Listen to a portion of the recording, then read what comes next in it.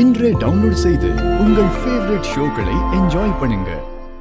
அது ஒண்ணு இல்ல சுபத்ரா, ஜாதகம் பார்த்து உன்னை கல்யாணம் பண்ணிட்டு வந்ததுக்கு அப்புறம்தான் பாஸ்கர் ரொம்ப செல்வாக்கோட வாழ ஆரம்பிச்சான். உன் பேர்ல சொத்து வாங்க ஆரம்பிச்சதுக்கு அப்புறம்தான் இந்த வீட்ல பணமே பெருக ஆரம்பிச்சது. இதுக்கெல்லாம் என்ன காரணம்னு நீ நினைக்கிற? நீங்க எல்லாரும் படிச்சிட்டதுனால நான் சொல்றத நம்ப மாட்டீங்க. அத்தை, ஐயோ எங்க அம்மா என்ன இப்படி பேசிட்டு இருக்காங்க?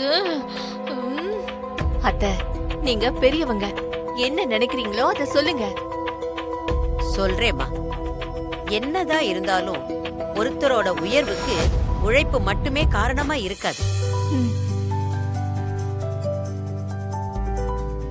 அவங்களோட நேரம் நல்லா இருந்தா நடக்கிற எல்லா விஷயங்களும் நல்லதாவே இருக்கும்.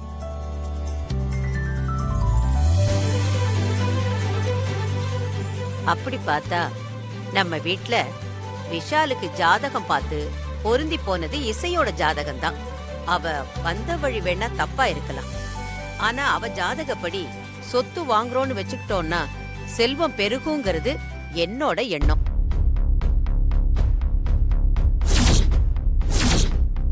அதனால இசை பேர்லயே ஃபேக்டரி வாங்குறது தான் சரியா இருக்கும்.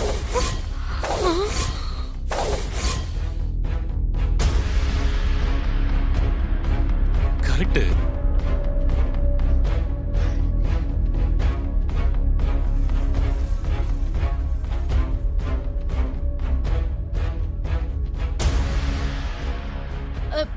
என்னமோ வளர்றீங்க?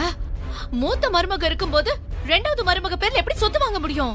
சிந்தாமணி, வாய அடக்கி பேசு. நல்லது கெட்டதெல்லாம் எனக்கு தெரியும். சிந்தாமணி, நீ சுமாரு. அத்தை, நீங்க சொல்றது கரெக்டான முடிவுதான். உங்க ஆசைப்படி இசை பேர்லயே இந்த முறை ஃபேக்டரிய வாங்கிடலாம். ஸ்ரீஜா, இந்த வீட்டு வழக்கத்தை மாத்திக்க முடியாது. மூத்தவங்க சொல்றது சரியான விஷயம்தான். அதனால இந்த ப்ராப்பர்ட்டிய இசை பேர்லயே வாங்குறது தான் சரின்னு நான் முடிவு பண்ணிட்டேமா. பரவாயில்ல, இப்ப என்ன, என் பேர்ல சொத்து இல்லைனாலும் நம்ம குடும்பத்துக்கு தானே எல்லா சொத்தும் வருது. ராகவ் நல்லபடியா இந்த கம்பெனியை கொண்டு போனாலே எனக்கு சந்தோஷம் தான் அத்தை. இந்த மனசுதாம்மா எனக்கு பிடிச்சிருக்கு. அப்புறம் ஒரு பெரிய ஃபேக்டரிக்கு ஓனராக போறீங்க.